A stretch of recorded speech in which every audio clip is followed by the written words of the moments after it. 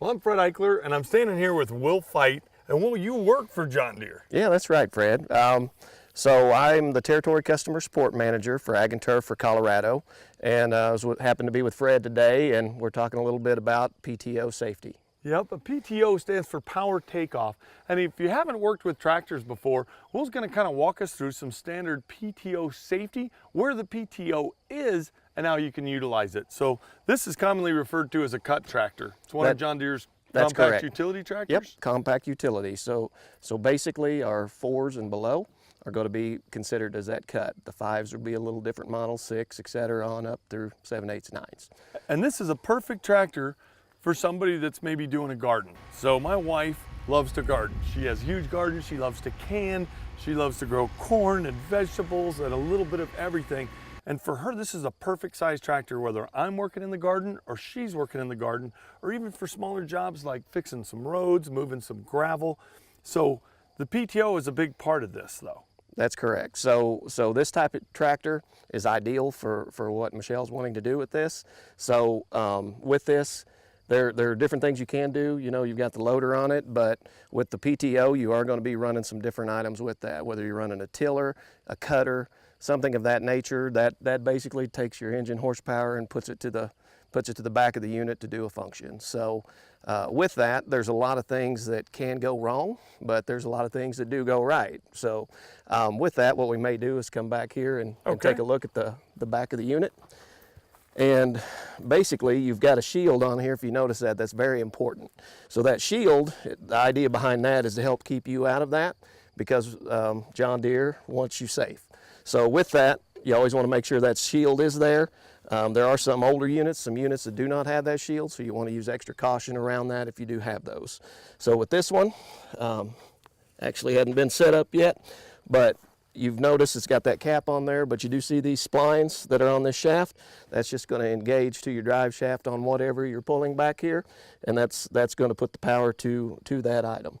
So again, with this, and our safety manuals do a great job explaining these things, but there are a lot of things that we get in a hurry. We want to make sure that we are cautious of. Kids will come see us, dogs will bark, something will happen, neighbor will come up and want to do something and drag your attention away. So always make sure that when you're connecting this, that your PTO is off and you are safe. So you want to make sure when you engage that you are not, well, basically you are not having any power going back through the unit. All right. And it's probably even safer to even run it, you know, to hook it up without the engine even running. Would that be accurate? So that is the best philosophy right there. Always better to be safe than sorry, right? So usually when I'm hooking up equipment, you know, the way I was taught by, you know, to being the guys at Four Rivers was, hey, it's always safer to run it with the engine off and the PTO off. So where do you engage on this compact utility tractor? Would you show people where they engage on this specific unit? So it's typically going to be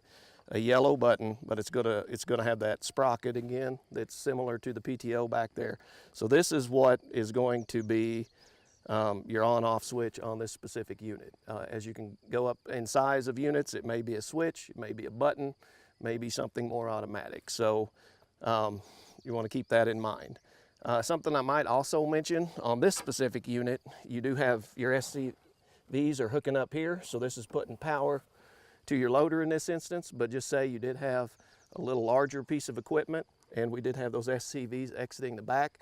As Fred mentioned earlier, that unit needs to be off, PTO not engaged, because if you've got loose footing, loose clothing, anything of that nature, that could bring you into that unit or that shaft. So we definitely don't want that to happen. No, sir. And one other, point, I think, especially operating a tiller, some of the motors and some of the different things that are PTO driven, it's also better not to start those in the ground, right? So I think that's a good point that we should bring up.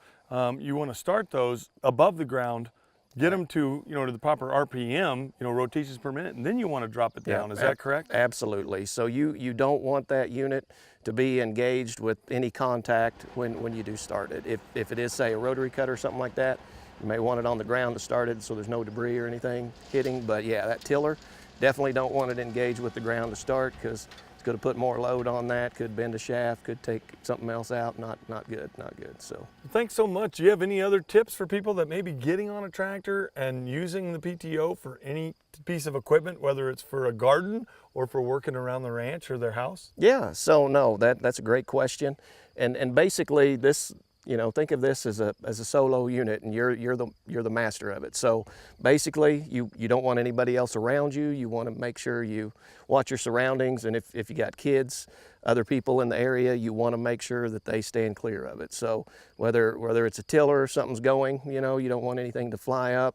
Rotary cutter, like we discussed earlier, if rock or something like that escapes, that's not good. But again, back to the PTO, not everybody realizes when those shafts are going back there, you know, again, that's running 15, 1600 RPM. So that's quicker than we can move, than we can do anything. So, you know, we don't want accidents to happen. We want to keep everybody safe. So if you can keep everybody away when you're out doing your job, and or somebody's out working in the garden behind us, then that's the goal. Sweet. So have fun gardening, have fun farming, or have fun working around the house, but always remember to practice safety.